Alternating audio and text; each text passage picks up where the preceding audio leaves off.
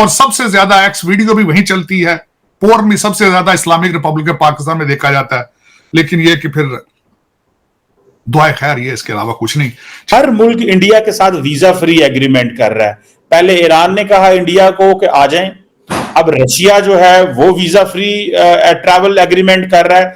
हमारे पास पाबंदियां हैं, हमारे यूएई भी वीजे बंद कर देता है, हमारे बाकी ममालिक भी वीजे बंद कर देते हैं। जरा इस पर भी रोशनी डालें कि हम क्यों वीजा फ्री एक्सेस नहीं ले पा रहे, जबकि इंडिया तो हर आए रोज दूसरे किसी मुल्क से वीजा फ्री एक्सेस ले रहा है। आप रशिया पहुंच गए, ताड़ साहब आप यूरोप पहुंच गए। कि जब आपने मुझे वीजा फ्री चीजें याद कराई और साथ ही यूएई की बात आई कि जिसपे पहले बैन लग चुका है, तो मेरे जहन में एक याद आई बात कि जब पिछली दफा बैन लगा था तो उस वक्त यूएई की गवर्नमेंट जो है उनके साथ हमारी एम्बेसी की कम्युनिकेशन क्या हुई। मेरे एक जानने वाले अजीज थे जिन्होंने मुझे बताया, मैंने उनसे वैसे पूछा कि क्या वजह थी, डिप्लोमेट थे वो, क्या वजह थी कि यूएई के कहते हैं अक्सर वो रिटर्न चीजें नहीं देते। हमारे इसरार पे उन्होंने कुछ चीजें हमें बताई थी जो मैं खासकर आपको बताना चाहता हूं कि हमारे दूसरे ममालिक के अंदर जो जिसको आप कहते हैं ना डायस्पोरा, जो आपके एम्बेसडर्स हैं जो डंकियों के जरिए पहुंच चुके हैं कई ममालिक में, उनका कंपैरिजन क्या है भारतीय डायस्पोरा के साथ में यूएई के अंदर। सबसे बड़ा उन्होंने कहा था कि ये आते हैं और खैरात बहुत मांग रहे हैं। आपको पता है सऊदी अरेबिया के अंदर भी हमारे उम्रे के वीजे पे जाके खैरात मांगते हैं। चीमा साहब, दुख वाली बात है, मैंने कई दफा कहा है, मैं मस्जिद नबवी से निकला हूं, हर दरवाजे के सामने 10-10 पाकिस्तानी खड़े हैं, खैरात मांग रहे हैं, अंदर भी मांग रहे हैं, हरम शरीफ के अंदर भी मांग रहे हैं। मैं अक्सर उनको शर्मिंदा करने के लिए कहता हूं कि मैं मीलों सफर तय करके यहां से खुद मांगने आया हूं, शर्म करो और ये ना मांगो। एक तो यूएई के अंदर खुल खुला के मांगते हैं, आपकी खूबरू लड़कियां मांगती हैं वहां जाके। एक तो पिछली दफा जो बैन किया था इसकी वजह से, दूसरा उनका कंप्लेन थी कि अनस्किल्ड लेबर आती है यहां पे, उनके पास स्किल है ही नहीं है जब आते। तीसरी सबसे बड़ी जो चीज यूएई के और आपको जब कंपेयर किया जाता है डायस्पोरा आपके एम्बेसडर्स को जब कंपेयर किया जाता है दूसरे से, कहते हैं कि नमाजों की लंबी लंबी ब्रेकें लेते हैं, जो कि यहां पे चाइनीज को भी पाकिस्तानी लेबर के ऊपर एतराज था, डैम के ऊपर जिसके ऊपर आपने ब्लास्फेमी का चार्जेस लगाए, वो कहते थे 4-4 घंटे की नमाज की ब्रेकें लेते हैं। उससे अगला एतराज उन्हें यह था कि इंग्लिश जबान नहीं आती, उन्हें यह नहीं पता कि नहीं तो उर्दू भी नहीं पूरी आती। फिर उसके बाद हम पाकिस्तानी मशहूर हैं ट्रबल मेकर और झगड़ालू, जहां जाते हैं झगड़े करते हैं। फिर पिछली दफा उन्होंने यह बताया कि आपकी आबादी अगर आप 5% है तो तकरीबन इंडियन डायस्पोरा वहां पे 10 से 15% होता है। लेकिन जेलें आपके लोगों से भरी हैं, हमारी सऊदी अरेबिया की भी, खलीज की भी जेलें आपकी भरी हैं, आप क्रिमिनल लोग हैं, आप वारदातें करते हैं। फिर उन्होंने कहा कि ड्रग्स में आप इन्वॉल्व हैं, फिर आप प्रोस्टिट्यूशन में इन्वॉल्व हैं। फिर उसके बाद उन्होंने और एक चीज की यूएई वालों ने, मैं आई वाज शॉक्ड, उन्होंने कहा सोशल मीडिया अब्यूज करते हैं ये लोग। सोशल मीडिया किस तरह अब्यूज करते हैं? पिछले दिनों दुबई के अंदर सैलाब आया और पाकिस्तानी वहां जो रहते थे उन्होंने उसका एक्सक्यूज ये किया, इन्होंने कहा जी इन्होंने दुबई में, इन्होंने यूएई के अंदर मंदिर बनाया, खुदा ने सजा दी है इनको। अंदाजा लगा, फिर रहते वहां है, खाते उनका है, इजराइल के साथ उनके रिलेशनशिप है, उनको बार बार क्रिटिसाइज करते हैं कि यहूदी इजराइल मुर्दाबाद में रहो, तो उनको बताने की कोशिश करते हैं कि how to form their foreign policy, चलाने ट्रक ते टैक्सियां ते नाले सलामा देनियां फॉरेन पॉलिसी दी। This is how they do it in UAE. फिर उसके बाद उन्हें एतराज यह था चीमा साहब कि यहां आके पीटीआई के जलसे जुलूस भी करते हैं। सबसे ज्यादा उनको जो एतराज एक और था, उन्होंने कहा जी नहाते नहीं है, हाइजीन का ध्यान नहीं रखते, डिओड्रेंट का पता ही नहीं है ना। ये यूएई की गवर्नमेंट ने रिटन बताया था पिछली दफा कि हमें इनको क्यों रोकना पड़ा है, वजह क्या है। तो चीमा साहब दर हकीकत आप खैर इसमें आपने बड़ी दफा सफर किया है यूरोप में, कतर में, इधर खासकर मैं तो खुद हिस्सा हूं इसी लेबर किस्म का, मैं खुद यही समझ लें मैं भी डंकी की पैदावार हूं। लेकिन चीमा साहब हम कौन सी स्किल लेकर आए हैं यहां पे? पाकिस्तान ने क्या इन्वेस्टमेंट की है किसी के ऊपर यहां पे भेजा गया था, क्या इन्वेस्टमेंट कोई है इन्वेस्टमेंट की पाकिस्तान की हमारे ऊपर कि हमें भेजा जाए यहां पे कि हम जाके यहां टेक्नोक्रेट बने, फिर हम पाकिस्तान की मोहब्बत में गिरफ्तार होकर फांसियां लेनी शुरू कर दें यहां पे? ये क्या ड्रामा क्यों एक्सपेक्ट करते हैं? मैं पहले भी हमेशा आपको कहता हूं, वो पीटी वाले भाईजान मुर्शिद थे, वो कहते थे पैसे ना भेजो भाई, अब पैसे कहते जी हमें हुकूमत से निकाला गया है तो पाकिस्तान की रेमिटेंस खत्म होगी। और भाई अपने मां बाप को लोग पैसे भेजते हैं कि तुम्हें भेजते हैं? कोविड के बाद वैसे ही इकॉनमी स्लो हो गई थी तो लोगों ने क्या भेजना था पीछे? यहां जाबे ही नहीं है लोगों। कनाडा की हालत देखें आप, भारतीय तो वापस जाने शुरू हो चुके हैं वहां से। ना वहां पे हाउसिंग के हालात ठीक है, ना वो ट्रक चल रहे हैं, ना जाबें मिल रही हैं, तो पैसा कहां से भेजेंगे वो?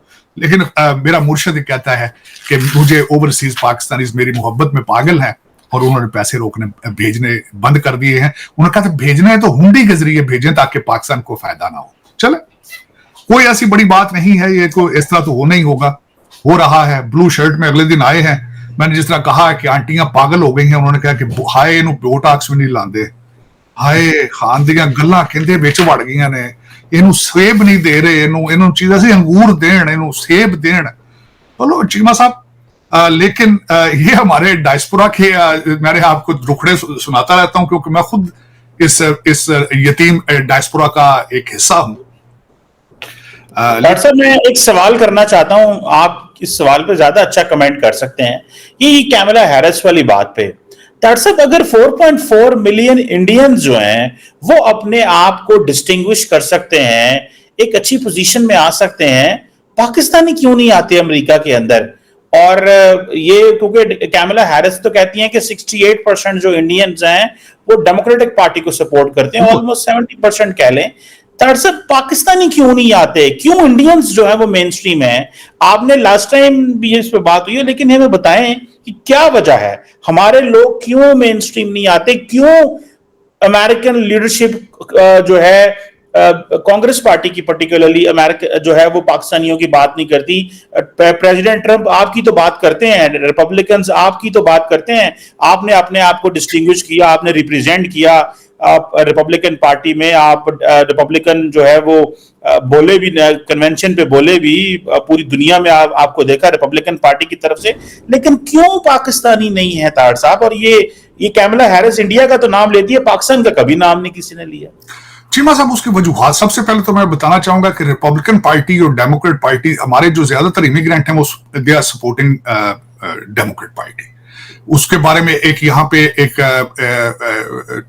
कॉन्सेप्ट है, एक रिप्यूट है कि it's immigrant friendly party, minorities को वो रिप्रेजेंट करती है। हालांकि मैं इससे एग्री नहीं करता कई चीजों पे।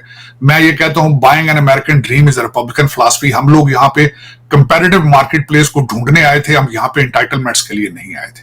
लेकिन उसमें जो मैं सबसे बड़े आज तक जो लोग 3-4 जो ऊपर आए हैं, और उसमें अभी तक हम जब इमिग्रेंट वहां जाते हैं तो हमें वहां पे जल्दी रूम मिल जाता है किचन टेबल पे आने के लिए। उसकी मैं मिसाल दूंगा, उसमें निक्की हेली हैं, उसमें बॉबी जिंदल हैं, रामास्वामी हैं। ये तीनों एक नेशनल लेवल की पोजीशंस पे आए, तीनों भारतीय हैं उसमें। चीमा साहब, उसमें सबसे बड़ा डिफरेंस जो है, मैं बॉटम लाइन उसकी बताऊंगा, तालीम का है। बॉटम सबसे ज्यादा डिफरेंस तालीम और फिर क्वालिटी ऑफ एजुकेशन।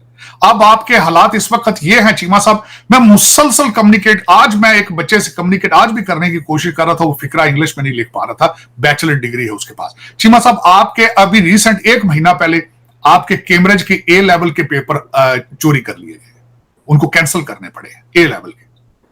तो आपको तो ए लेवल आपको तो कैम्ब्रिज आपसे परेशान है कि आपका क्या किया जाए। फिर उसके बाद यह है कि आप दर हकीकत एक ऐसा कल्चर प्रमोट कर दिया गया है, दिहाड़ी लगाओ। आज जो है लुट के खा, जो शॉर्ट टर्म जिंदा रहते हैं हमारे जो ज्यादातर देखें इस वक्त आपकी जो रूलिंग एलीट है, ब्यूरोक्रेसी कर लें, एस्टेब्लिशमेंट कर लें, जुडिशरी कर लें, ये पाकिस्तान को लूटने के पीछे क्यों पड़े? एक और छोटी सी बात बताता हूं, मतलब लूटने की फंडामेंटल रीजन क्या होती है? इनसिक्योरिटी। जब पता हो कि कल किसने देखा है, एक लफ्ज में कल किने देखे, आज ही दिहाड़ी लो भाईजान। ये रोज रोज तुसी जज थोड़ी बनना है भाईजान, तुसी सैकटरी रोज तो नहीं बनना ना। ये भाईजान तुसी यार छोटे भरा नूं फौरन जेड़ा ना दुबई अकाउंट खुला के बच्चों नूं कैनेडा भेज दो फौरन, प्लीज भाईजान, ये जल्दी करो। इत्थे तुहाडे तो पहले कई सैकटरी आए, दिहाड़ी लाओ। ये माइंड सेट है पूरा। चीमा साहब, जब छोटी रेस के छोटे घोड़े छोटी से सोच रखेंगे, मैंने अमेरिका में आके सारी जिंदगी गुजारी है, उसकी वजह यह है आई वाज 23 व्हेन आई केम। मैंने यहां लर्न किया है कि छोटी छोटी सोच रखोगे तो छोटे हो जाओगे, बड़ी सोच रखोगे तो बड़े हो जाओगे। You have to make the planning on a long term basis. लेकिन हमारे जिस तरह आपको मैंने बताया है चीमा साहब कि कहते कल किन्ने वेखे आज ही दिहाड़ी लो, सारा 25-23 करोड़ बंदा दिहाड़ीवार है। जय हिंद दोस्तों, स्वागत है आप सभी का हमारे चैनल पर। आप देख रहे हैं इंडिया वेब न्यूज़। पाकिस्तानियों के बारे में एक कहावत है कि ये उसी हाथ को काटना पसंद करते हैं जो इनको खिलाता है, और शायद इसीलिए यार वाले मुल्क बनते थे, उन्होंने भी इनको वीज़ा देना बंद कर दिया है। लेकिन अब रशिया प्लान कर रहा है कि इंडिया को वो वीज़ा फ्री कर देगा इंडिया के लिए, तो इनको ये बात पच नहीं रही। और कमर चीमा की आप शक्ल देखें, आप किस तरह से ये बंदा परेशान हो गया है कि भारत किस तरह से ऊपर बढ़ता जा रहा है और ये लोग गड्ढे में गिरते जा रहे हैं। या तो ये सोच रहा होगा कि मैं भी छोड़ छाड़ के भारत निकल लेता हूँ, और भारत वाले इसको पूछ नहीं रहे क्योंकि सीए के तहत ये बंदा तो नहीं आ सकता, तो किसी ना किसी दूसरी वजह से भी ये आने का सोच रहा है, इसलिए परेशान हो रहा है। या तो ये कहीं और भाग जाएगा, पाकिस्तान में तो नहीं रहेगा क्योंकि पाकिस्तान के जिस तरह से हालात हैं ना, अब ये बर्दाश्त नहीं कर पा रहा। वहीं पर अगर हम बात करें एक दूसरे खबर की, तो ये दुखद भी है और बहुत शॉकिंग भी है कि पाकिस्तान जो जाता है वो निपट जाता है। अभी इन्होंने पाकिस्तान का दौरा किया था और इस तरह की खबरें आ रही है। हालांकि ये सब नहीं बोलना चाहिए क्योंकि किसी देश के राष्ट्राध्यक्ष हैं वो, लेकिन फ़िलहाल जो खबरें आई हैं सामने वो यही हैं कि हेलीकॉप्टर क्रैश में ईरान के राष्ट्रपति इब्राहिम रईसी का देहांत हो चुका है। वो अब इस दुनिया में नहीं है। जहाँ पर हेलीकॉप्टर का मलबा मिला था वहाँ पर रईसी के ज़िंदा होने के कोई सबूत नहीं मिले हैं। तमाम देश मिलकर उनको ढूंढ रहे थे अभी तक, लेकिन कोई भी इसमें कामयाब नहीं हो पाया। और फाइनली जो मलबा मिला उसके बाद ये चीज़ कंफर्म हो गई कि अब वो इस दुनिया में नहीं है। अब सवाल ये भी उठ रहा है कि आखिर इनके बाद ईरान को संभालेगा कौन। इस पर अभी बहुत सारे क्वेश्चन मार्क हैं, लेकिन फ़िलहाल जो इनके उपराष्ट्रपति हैं मोहम्मद मुखबर, वो शायद संभालेंगे। और जब तक अगला राष्ट्रपति नहीं चुना जाएगा, ये 50 दिन तक प्रधानमंत्री की कुर्सी पर विराजमान रहेंगे और लगभग अगले 50 दिनों के बाद ही चुनाव किए जाएंगे। वीडियो को लाइक कीजिए, शेयर कीजिए और चैनल पर अगर नए हैं तो चैनल को सब्सक्राइब ज़रूर कीजिए।